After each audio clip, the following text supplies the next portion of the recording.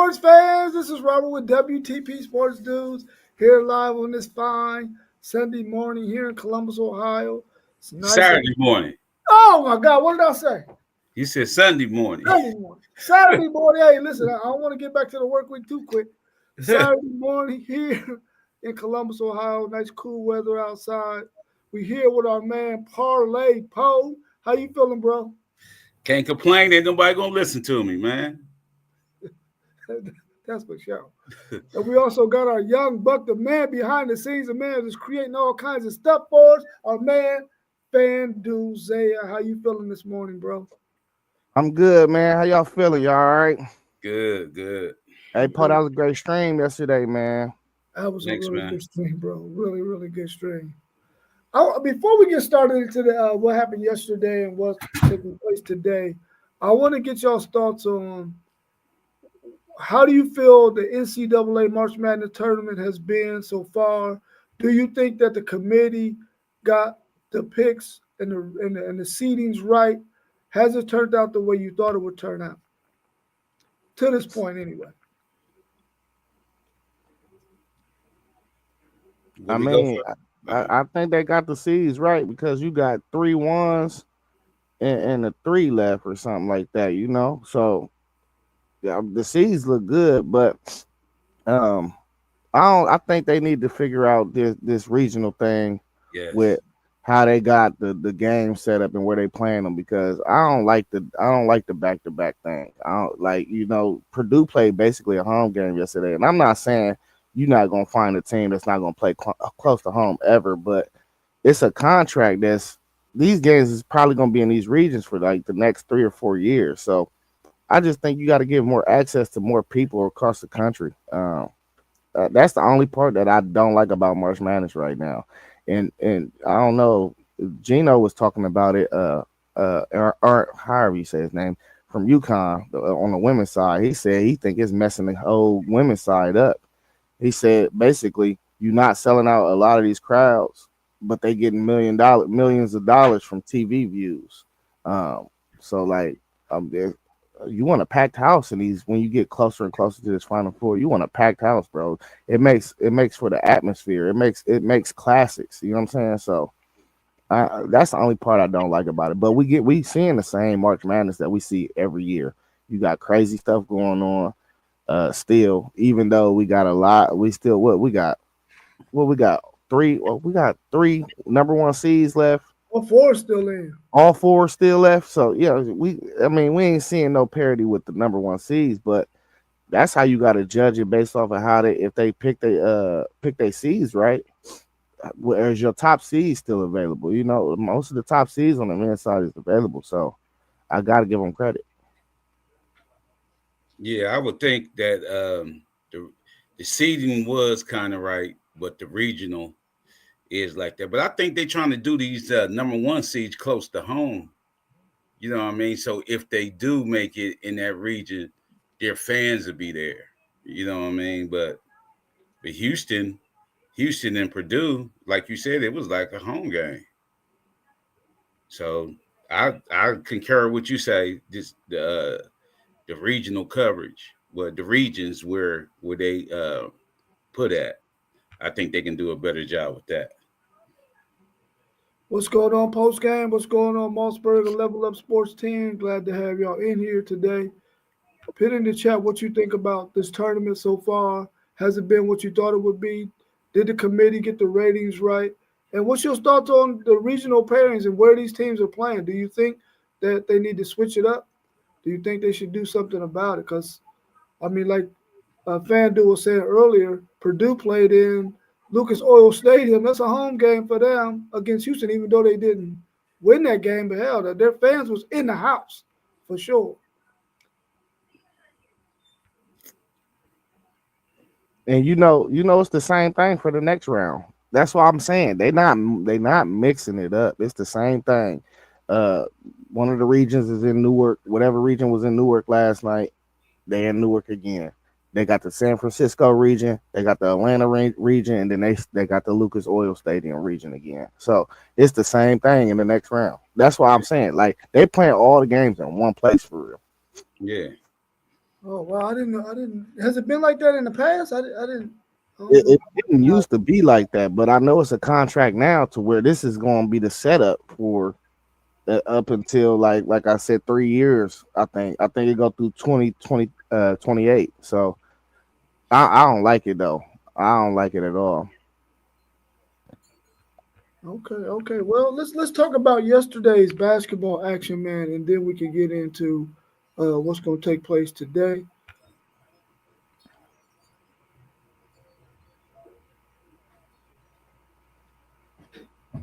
Oh, he said he wants some games in Ohio. Well, Dayton always getting the game for some reason.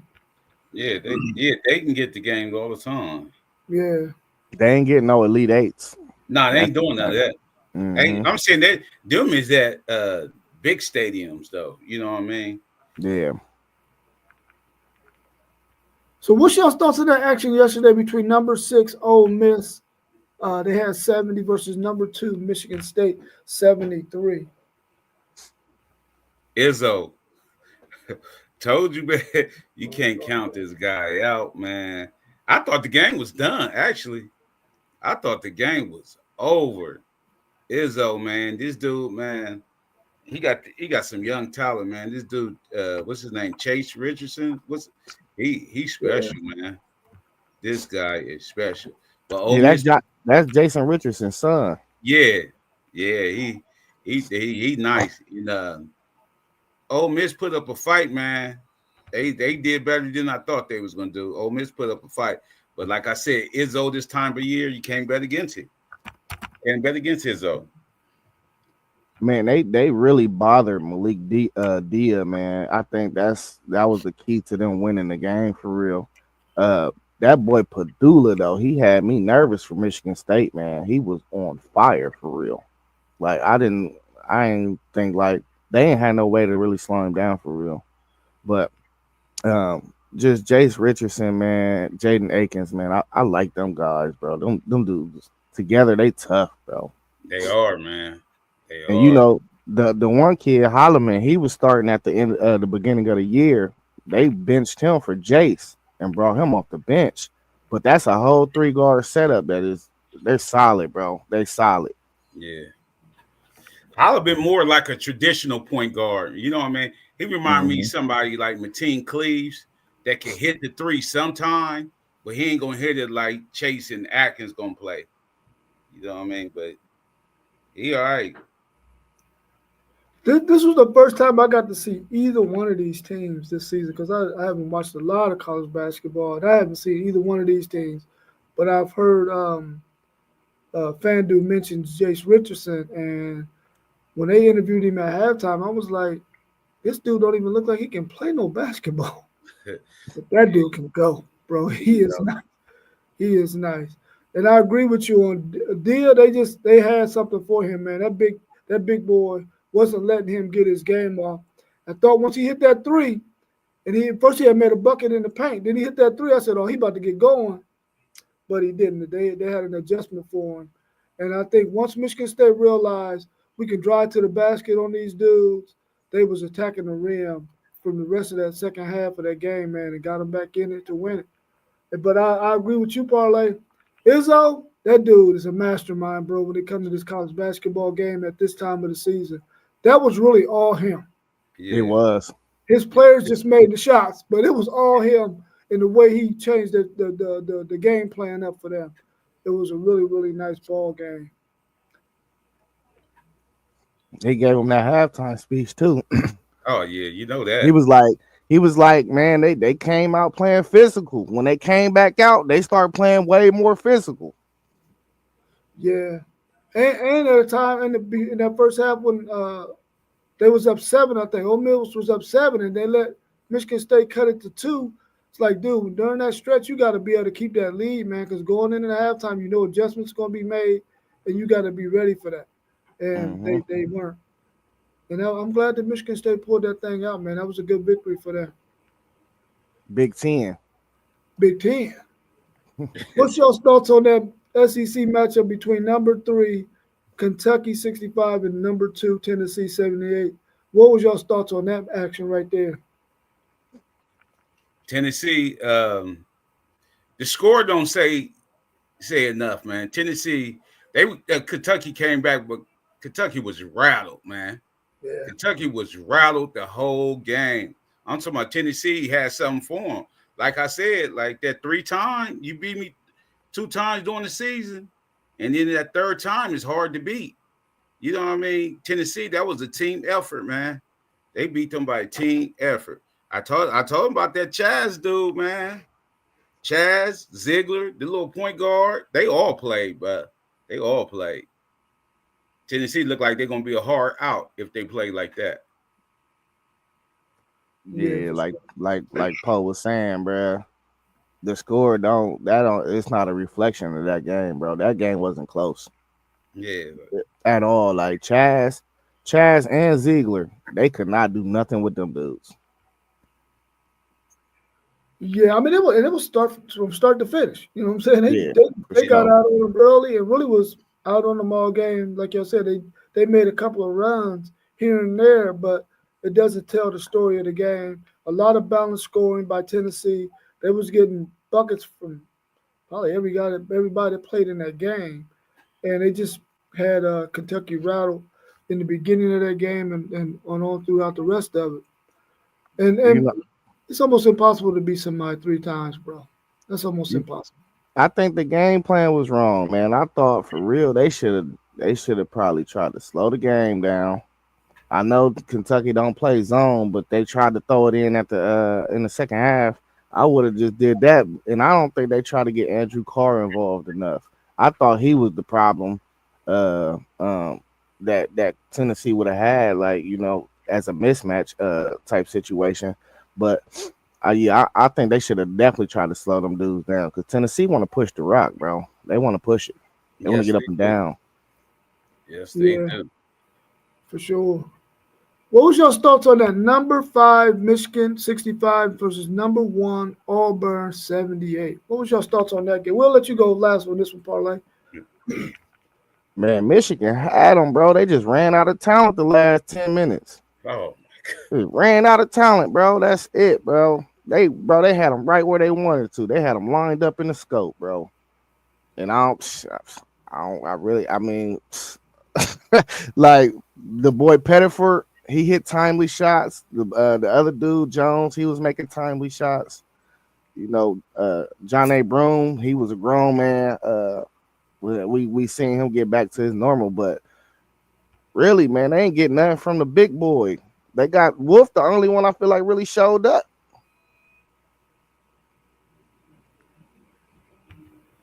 I agree with you on that, man. It looked like I don't know what happened. I was like, oh shit, this is over. Michigan went on that run. I said, this is over because these dudes have no offense.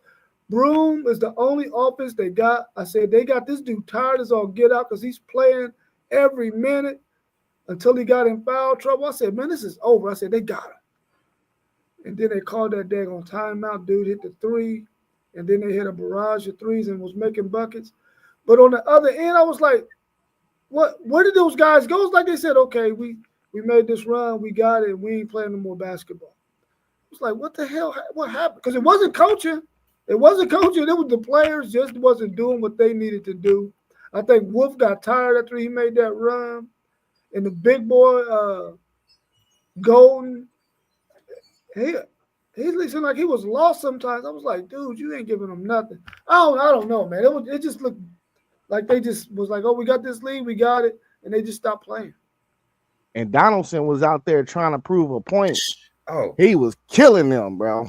He had some bad shot selections and turnovers, man. Like Golden ain't strong at the rim like he's like a 7'1" dude is, man. You got to be strong at that rim. He it's a couple times what's his name? Carwell was just taking the ball from me. You know what I mean? I'm like, you 7'1", you have to be strong at that rim. You know what I mean? And dudes standing around, Nephew Jones, when Pettiford got hot, he going under the screen. I'm like, no, bud, you got to go over top of the screen. Denver Jones hit them 2 crucial 3s back to back. Then they came down, ran the play for him. He went straight to the hole. And I was like, y'all lost. I was like, y'all lost. And Donaldson, man, he was trying to prove a point, and he had 3 turnovers back to back. Yeah. He had 3 turnovers back to back, and him trying to prove a point wasn't doing nothing. Then we put Kason. He couldn't do nothing. I don't know what was going on with him. You know what I mean? Like, but I'm proud of him. You know what I mean, to make it this far. But like you said, Zay, we had him in the scope. You know what I mean? But they ran out of talent or something. You know what I mean? They started trying to do the one-on-one ball. You know what I mean? Like Wolf was trying to take it all the time, and I was like, man, you still got to pass that thing around. Yeah. But all in all, I'm cool with him, man. We got some pieces coming in next year, but dude need to stay. Golden need to stay, and Wolf if they can. Hey, and look though, I'm gonna say this too. This hell of a season. Y'all might have been the least most talented team left in the tournament, bro. Yeah, like I ain't gonna lie, cause it's some killers. These teams out here, they got some killer talent, and really, I think y'all gotta just. I don't know if Gale coming back or not. I think he a junior. yeah, So y'all have him back, but Donaldson ain't it for real. Like yeah. I done seen this on multiple occasions now. If y'all can get a guard in there, the Dent dude, he just signed to UCLA today. So he off the books. He was the #1 guard in the portal, but y'all got to see what's in that portal. Y'all need a guard. Yeah, we got the #1 freshman coming in. Oh, word. Yeah, he a 6'6" guard. Oh yeah. That's all y'all need right there. Yeah, he a big point guard. So I was like, and then this dude, we got this dude. You probably don't remember his name, Sam Walters. He played at Alabama. Big dude, big white dude. He transferred, but he got hurt. He like 6'11" too, and he got hurt. He be back next year. Yeah, so we got a couple pieces coming. Dude, man, Dusty May, man, they gave him. Props to him, man. I don't know what Juwan did, man. But look, it's crazy because this team, right? Juwan had way more talent than Dusty May had, man. Juwan had 4 #1s playing at one time. You know what I mean? 4 in their position. They were #1 players. He got all them dudes. You know what I mean? Like, and he couldn't get over the hump. Do the better coach, man. Experience and everything. So I like what he doing. I like what he doing. Yeah, for sure. I think that coach, man, is going to make a difference for them over the next couple of years. Hopefully, he'll stay there because it's a blue blood program, so he might as well stay. Yeah, And, I think they're going to be really good. They're to the point now where what he did this year with those guys, players in that Detroit area, that Michigan area, all those guys are going to be like, oh, yeah, Michigan is an option for us now. So let's go ahead and make it happen, stay home, and build this program like we know Michigan is known to be. Before we go into our next segment of this game, but this show is sponsored by K&T Eats. Our man Kevin Bird and his wife, they got a really, really lovely catering business that they have. It's being sponsored by them. Also, Social Nutrition, which is his sister who owns a nutrition bar where they sell nutritional shakes, drinks, teas, things of that nature. So you want to definitely support them off of Hamilton Road, right past Refugee Road. And my man Marcus, who runs the Chief Apparel. Sometimes you see me with some of his shirts on. It's a young man in his early 20s his late 20s, who has a T-shirt business that he's doing, and he's doing really, really awesome. Got a really nice article in a local magazine. Hopefully, if I get it, I can pull it up. I'll put it on the screen for you.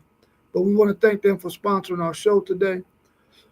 Also, we're going to go into our next segment. But before we do. Thank you. Yeah, for sure. Before we do, now y'all know that this is April, and the judge is going to rule on this money that these colleges are going to get based on the collective bargaining agreement. It's supposed to be ruled on this month. But there's teams out there, there's colleges already out there telling juniors in high school that they're going to give them X amount of dollars, and they ain't even decided if they're going to get this money or not. What's y'all's thoughts on that? Are they jumping the gun? Should they be doing stuff like that? What's y'all's thoughts? I don't think they should get junior in high school. Yeah, junior. Nah, man, that The process, destroy these dudes, man. They won't even be hungry no more. It's bad enough they getting this much money in college. You know what I mean? Some of these dudes one and done and getting money, you know what I mean, that they never had it. So, you know what I mean, like this ain't a good thing. I don't think it'd be a good look, man. For real. I don't know what to feel about it. For I ain't gonna lie, you know, I'm talking to the juniors though. That's crazy work. Promise them what 6 figures salary a year. That's probably did. That's crazy work, bro. But I don't know. I want to wait for the verdict, man, to really process how I feel about everything. You know what I mean? Because I got a question for y'all later too, about the whole Deion Sanders thing and what he took to the NCAA. But we gonna get around to that. But the NCAA is trash, bro. They probably thinking like, oh, we know it's gonna get passed because they already know we trying to get rid of them. So they ain't got no choice but to really bow down. You feel me? That's how I think people think. I hope it get approved though, because more money the better. You feel me? We already turned it into professional sports for real with salary caps, and I mean, well, it ain't no salary cap, but it needs to be a salary cap, is what I'm saying. That's the next step for real. So we'll see. If everybody got the same money to play around with, I think it's better for everybody. Yeah, for sure. Well, let's go into today's action, and then we'll talk a little bit more about um, the collective bargaining agreement and all that stuff that later on in the show. So, what's your thoughts on what do you think is going to take place between this number 3 Texas Tech team versus number 1 Florida? Up and down, speed racer. Up, speed racer. This about to be up and down, man. This is Clayton Jr.'s game, man. This is Clayton Jr.'s game. We need to just be free for all and play. If he hit them shots, it's gonna be crazy. But Texas Tech got players, man. Toppling, man. They got players. He can ball. So this gonna be a good game. This probably the best one on the slate today. Yeah, I'm hoping that Alex Condon, he ain't affected by that ankle that he went out with last game. I hope he's solid. That's their best big for real, in my opinion. But I think this is a game for Texas Tech for real. JT Toppin, I could see him going off in a game like this. You know, I thought Texas Tech should have lost last round though. Arkansas wasn't supposed to blow that game. Yeah, They blew that game last round. So, but I'm saying Texas Tech had 3 dudes and 20. So, with 20 plus points, I think they just hitting their stride right now. You feel me? I think it's gonna be a great game. It's definitely gonna be up and down. It's just gonna be. Can they slow down Walter Clayton, and can Florida slow down JT Toppin? Because I think JT Toppin is the problem. He's the problem for Texas Tech. Think about it, man. Cal, that what's name? Cal died with a timeout in his back pocket, man. What? Yeah, he died with a timeout in his back pocket, man. Mm-hmm. I was like, and it was in the to get a good shot in the regulation, get a good shot. He died with that timeout. I was like, oh man, get these dudes a chance. Yeah, I didn't see any of that game, but I sort of like went back and looked at some of the stuff, and they were up by what, 16, but like at 10 minutes and 12 seconds left in the game or whatnot. Yeah, I'm like, I don't know how you blow that one, man. I don't know how you blow that. But when you telling me he had a timeout and had a chance to get the last shot, I mean, that's maybe he was having a brain fart, I guess. Yeah, that's when them assistant coaches come in. Exactly. Thanks. That's what you pay them for. That's what you pay them for. Who do you think has the advantage at the guard position in this game between Texas Tech and Florida? Walter Clayton is the best guard in the game, easily. Yeah. First team All-American. Yeah, for sure. Yeah. Who has the better front line? Yeah, I got to go to what's your name? Texas Tech. Yeah, that's kind of tough for real for me. Is Toppin the big boy? Yeah, Toppin, he played like the 4 for real. Yeah, He he's played the nice, 4. man. They slide him over to the 5 sometime. Yeah, he's nice, man. I'm talking about he underrated nice. Yeah, but I like I like Florida's bigs. I just think like really Texas Tech got here from being well balanced. Yeah. So yeah, they might not come into the game with the best guards or the best bigs, and it can be both. But they so balanced though, you usually can find a hole in the team. Florida ain't really a team that got a hole though. But if you look at the main majority of the teams that's left, it's only like 3 teams that you can really honestly look at and be like they ain't got no holes. You know what I'm saying? And I like Alex Condon. Like tall, he's 6'11". I mean, Long. he could stretch the floor. You know what I mean? Like he just got a lot to his game. But Toppin is by far, I think, the best big in this game. So we'll see what he can do. So who has a better chance of winning this game if it's in the 80s? The score's up in the 80s. Texas Tech. It got to be. See, I don't know about that because Florida win close games too. You know what I mean? Like when money on the wood, when their best player got to show up. If it's tight in that 80s, and both of them got 80s around there. If it's tight, they got that Clayton Jr. dude.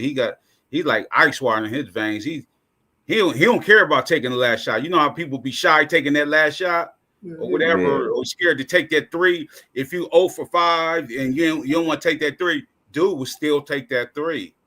He one of them. So if it's close, I don't know. You can give it up to both of them, but I'm taking Florida if it's close. If it's 80. Yeah. You might be right, Poe, because Florida done put up 90 a couple times this year. Yeah. So you might be, yeah. If it's over 80, I give Florida the better chance to win the game. Who y'all got? I got Florida. And I'm not picking the SEC, bro. I'm gonna die on my sword, bro. I got Texas Tech. Man, I'm gonna die on my sword. I mean, you gotta make me understand this. You're gonna die on your sword. He a G, man. He's a G. I'm dying on my sword, man. I ain't going. I don't care. It's $1 million across that pond. I ain't going. I ain't going to get it. I'm going to get the million, Paul. I don't know what you talking about. Oh man. All right, well, let's get this last game for today, man. What y'all think about number 2 Alabama versus number 1 Duke? Hey man, until somebody showed me different, this Cooper Flag dude special, man. They want him to be Larry Bird. I think they got a Larry Bird. You know what I mean? American-born white boy. You know what I mean? Like not the Lucas, Nowinski's, and all them dudes. American-born white boy. They got one right now. Cooper Flag, Player of the Year. But if Alabama come on and shoot that thing like they was the other day, ooh, it's gonna be the matchup. Watch the matchup, Proctor and Sears. Watch that matchup. That's gonna be a good matchup. But I'm picking Duke. Yeah, this game kind of scared me for real for Duke, man. Just by the way Alabama been playing, bro. Like they've been offensively, they got the 2 long stretchy dudes that can jump out the gym. Then the kid Holloway that coming off the bench, he been a bucket. So like it ain't just Sears for real now. You know, you used to like earlier in the year, I used to be like, oh, they gonna go as Sears go. But nah, man, that it's some guys stepping up, you know. So this scared me for real, man. Like pound for pound, like scoring, they both want to get up and down for real. So I think they both gonna come out and play their games. I expect this game to be in the mid 80s or 90s, and that's a scary thing because if Mark Sears get hot, bro, he one of them dudes that'll take you out. He'll take you out by himself, bro.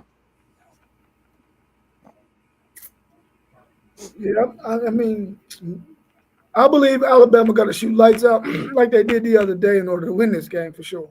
Yeah. Otherwise, I just think that Duke team, man, they're complete. Now Proctor didn't have the kind of game that he had the first two, but if he can step back up there and do his thing, I can see him and Sears possibly trying to, make some things happen for each team. But that Duke team, man, I just can't see myself betting against them. I'm gonna take Duke in this round too, because I just think they're the most complete team in the tournament. They probably got the best player in the country, and they got 2 7-footers that can run back and forth, that can battle with any big man that you got in the game. They might not get you a whole bunch of points, but they're gonna definitely play some good defense, man. Yeah, and block some protect shots that and get rim. some boards. Yeah, protect Yeah. that rim for sure. So you think they about to win it all, huh? I do. I picked Well, Duke to win it all. I mean, I don't see nobody beating them. I really don't see Duke in nobody. Florida, Yeah, I don't see Duke in- nobody. man, that's gonna be crazy. Hey, how much it's with this 90? Yeah, they got to be averaging like 90 points this tournament though. I mean, they scored 113, 90, and 81. I'm just Who's saying. that? Duke. Bama. Bama, yeah. Yeah. I mean, I want to see somebody get close to Duke, but I just don't see it, man. They just got too many options out there on that court. Even when they bring their bench guys in, those are options too. Like, Yeah. it's got too many dudes, man. Too many dudes. So say Proctor doesn't have a good game. What does Cooper Flagg need to do to carry the team? Score, because they all play their roles. If Proctor ain't hitting, they got dudes on the bench, like you said, that can come in. But once they play their roles, if they don't get out of contests, you know what I mean? Like, dude, you ain't hitting. Okay, well, everybody else still need to play their same game. You know what I mean? Because they got the what's the one cat's name? What's his name? Malachi or something? The big boy? I don't know how to say his last name. It's Malachi though. Yeah. So he consistent on them boards, man. He never get out his game. That's why I like him. He always around there basket for the alley-oop, for the tip in, for the rebound. I like him. So if they don't get out their game, it still should be a good game. Outside of Sears, who's somebody that Duke's gonna have to be concerned about on that Alabama team? It gotta be Aiden Holloway, the kid that come off the bench. I mean, I like Youngblood too. It's that 3-guard setup for me. Yeah. That 3-guard setup really can score that ball, bro. Yeah. All three of them. Don't they got that freshman coming off the bench too? Yeah, I think that's Holloway. I think that's what he's talking about. Yeah. Okay. But for Duke, like I know Proctor been playing good, but for real, people don't understand. Knipple, he's been steady all year long. You know what I mean? So he really the number 2 guy for real. Like Proctor been going off for real. So he done took a step back. But even if you look at all the games so far this tournament, he's still been steady. He just took a back seat and let Proctor get off. Yeah. And he plays some D. Yeah, he can. Yeah, he can play some D too. Well, let's switch back to college football, man. And we know spring practices are taking place so far, and teams are, trying to get their teams ready. Some college football teams, I ain't gonna say just football teams. Some universities have people who on their boosters who have 501(c)(3)s, to where they get a whole bunch of donations in order to help, pay some of these players some of this NIL money. With this, if this collective bargaining agreement goes through, do you think those 501(c)(3)s will go away? Do you think they'll just be extra added incentive for players? What do you think might happen with that? Because I know for sure Texas got the Texas One Fund and all kinds of donations coming in. They use that money as NIL money for, like, we got the Pancake Factory. They giving every offensive and defensive line $50,000 off the rip. Yeah. Every year when you play, Texas.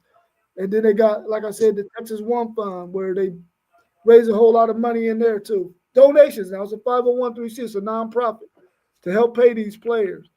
Do you think that'll go away once this collective bargaining agreement gets signed and goes into action? Or do you think that's just extra added incentive that a university is going to use in order to pay players more or even go get players that they probably couldn't get because they couldn't have enough money without that Texas One Fund or without that 501(c)(3).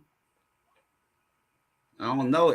That's like putting a cap on it. So I don't think they can use that, could they? That's like if they get a bargaining agreement, that's like putting the cap on their money, right? Or what they can get. You know what I mean? Like if they only can pay linemen, like just say 60 million, just say for instance, 60,000 a year. So how are they going to use that money that the boosters or people donated? They can't. You know what I mean? Because that means they're gonna have to make like 70. So if you give it, you know what I mean, like just say if they gave them extra money, but it's already a cap on it that they can't do that. Yes, so I'm wondering if in the language in that collective bargaining agreement they're saying, okay, because every university is not getting the same amount of money because every university don't bring in that kind of money in college football. Let's say, for instance, you got Michigan, Texas, Ohio State. They all get $20 million to use to pay these players NIL money. Is it going to be written in the collective bargaining agreement that you cannot have a 501(c)(3) adding extra money to that pot? I don't know if it's in there or not. I'm wondering if it is or not, to where they can't use that money, where they can only use, so everybody be on the same playing field. Michigan, you got 20 million. Texas, you got 20 million. Ohio State, you got 20 million. That's all you can use for your sports in terms of NIL money, so that everybody has an even playing field. If not, then teams are going to have what they have and that additional. Do you think that's something they would do? See, when you explain it like that, I get hesitant and be like, nah, they not gonna do it like that because they not about to dish out it. They gonna dish out some millions. Don't get it twisted. But they ain't dishing out 20 million to every major program. I think they might dish out 5. 5 can keep you competitive. You know what I mean? But you got to come up with the rest on your own. You know, that's what when you say it like that, that's what make it. But we gotta wait for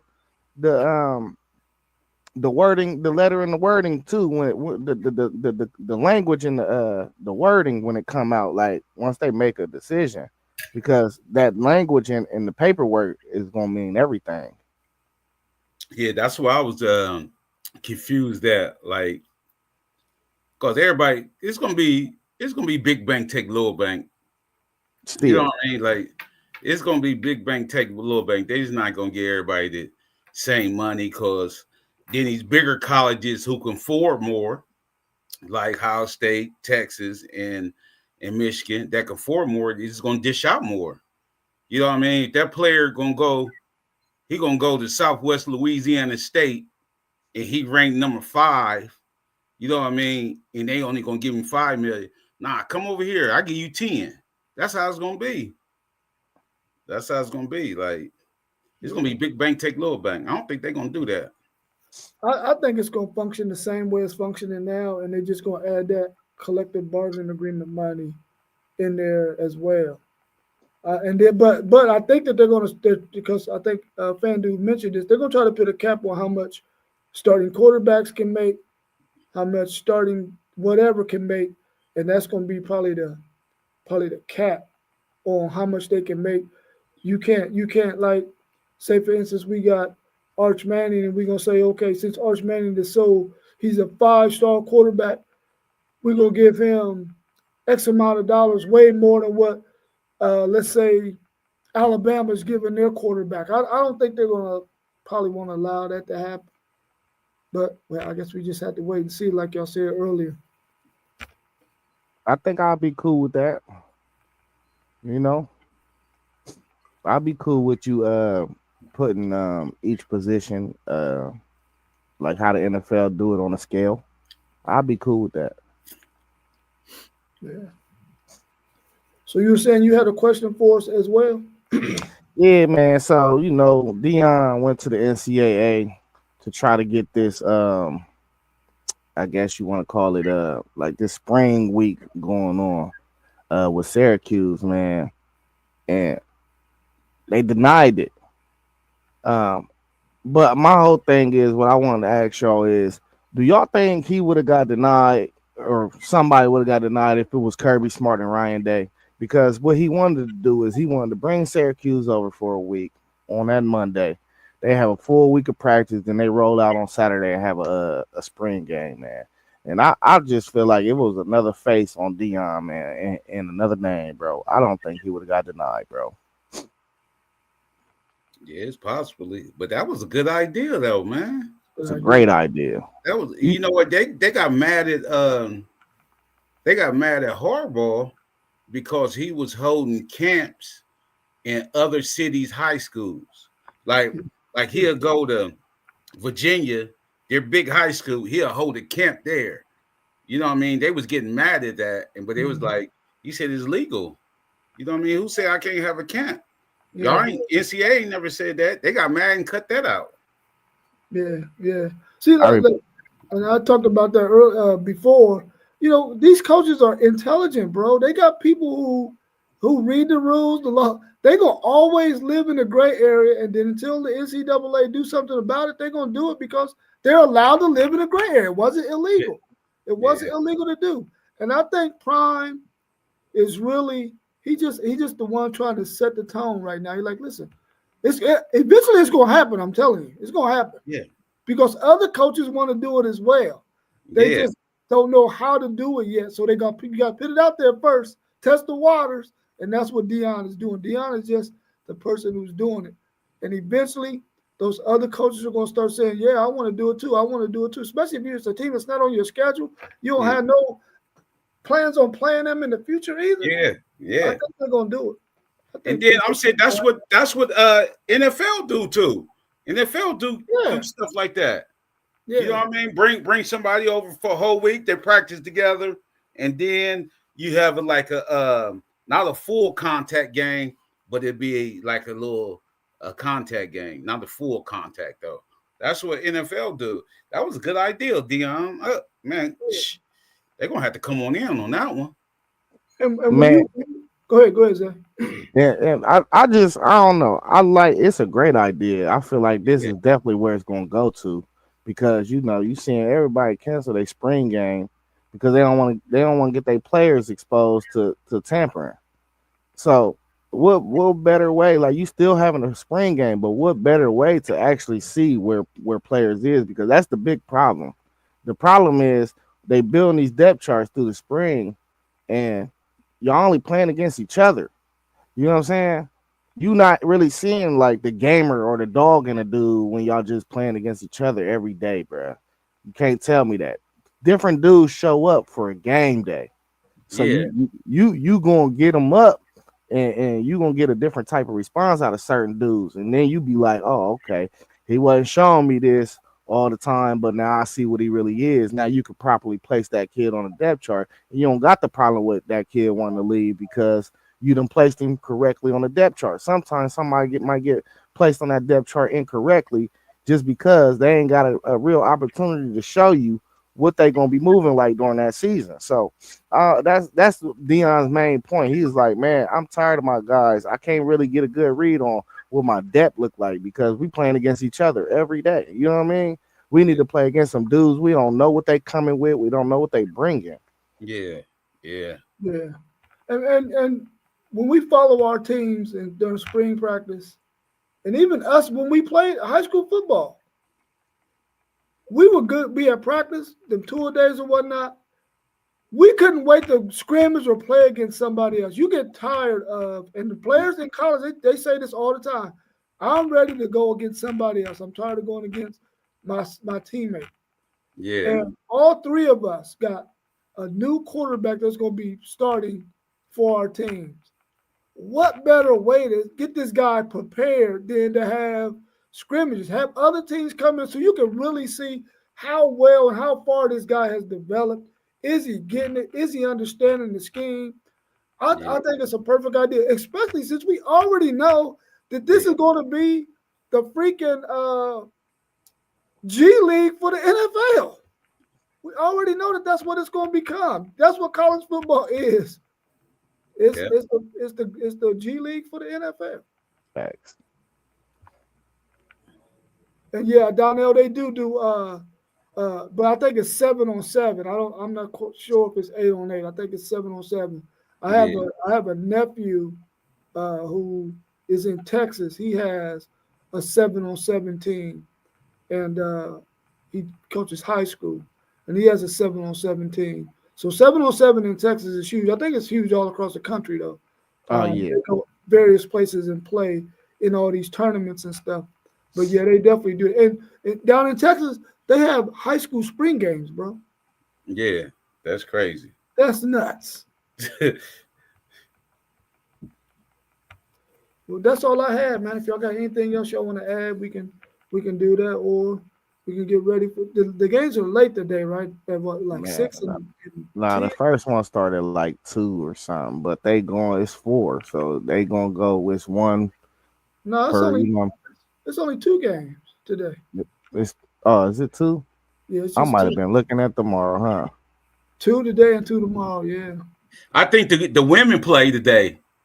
That Oh yeah, might be Texas what I'm play at thinking about. 2:30. Texas play at 2:30 against Yeah. Tennessee. That's gonna be a good game. We were supposed to get out of there with a win, man. Well, you know what that was, though. You know, y'all didn't want to see Texas. That's all that was. No, we need to fire Kevin McGuff. He needs to go. You don't like the him? second, bro. This is the second year we lost to a lower seed in the second round. You know, last year we lost to Duke. We was the 2 seed. Duke was like the 6 seed. Yeah. And that was a home game, wasn't it? Yeah, he gotta go, bro. He ain't got him no more. Yo, y'all lost to Tennessee on y'all's home court? Yes. On our home court. For the second year in a row in the tournament, we lost on our home court to a lower seed. It's time for him to go, bro. Is there anybody out there you would like to see them get to replace him if they let him go? I ain't really winning all the way in the bag, but I got you later. Cool. Have y'all started spring practice yet, Paul? Yeah. Okay, Yeah, how we many got days? this. They said I looked on the Michigan talk. They said this freshman dude, Jonathan Brower, out there receiver showing out. They said he's showing out. Well, we don't know what them corners look like. Anybody can show out against weak corners. Yeah, you know what I mean? So I don't even know who they got out there with that corner. That's crazy because I just know the depth chart and I see him. Ain't no film on him. But I know he's sometimey, you know what I mean? But he back for his second year, so he better be better. You know what I mean? Like, so. Yeah. What you hearing out of Ohio State so far, Zay?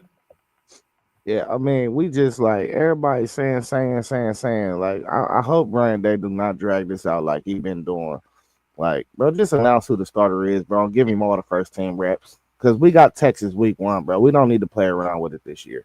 But I'm saying, though, they've been saying Lincoln Kingholz's been looking good, too, though. But, like, we done seen what he got, bro. Like, we know what we got in Lincoln, bro. Now, if you feel like saying is better than Lincoln, like, don't even play around with it, bro. But, you know, Lincoln was a 3-sport athlete. So he just basketball, football, track. You know what I'm saying? I mean, baseball. So, like, it's just they trying to pump him up like he really pushing saying, but I think they trying to just what it say, like push saying, like, but come on, bro. He need all them first team reps, bro. We don't need to split it. And that's that's just what it is. They gotta do that for the portal, man. You know man, that. I don't care, bro. Let him hop in the portal, bro. Go sign some dude that hop in the portal in the spring that just want to carry a clipboard, bro. We got 2 quarterbacks as 5-star prospects on our roster. We don't need no backup quarterback that's super official. You know what I mean? We don't need that. You know the dudes hopping portal. Yeah, it's just a spring, man. I mean, it might be a little bit premature to say that this guy's my starter before the fall. You know, it might be premature. It ain't premature. We done seen that Lincoln Kingholz is not a Ohio State starting quarterback.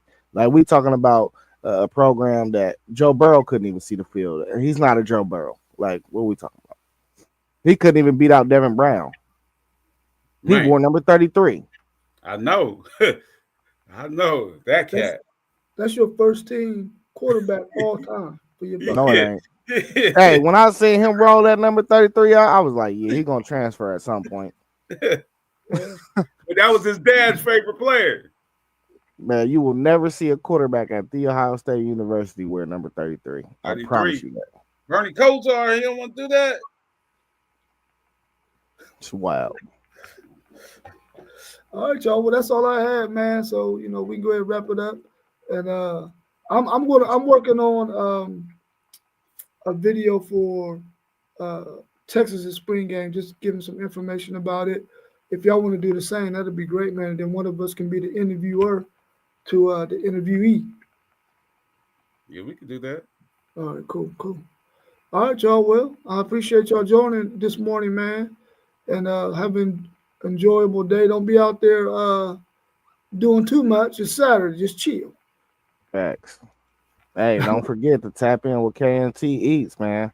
Yeah, KNT You said Hamilton Road? KNT Eats, you can get on Instagram, Social Nutrition, where you can get shakes and teas for, and that's off of Hamilton Road.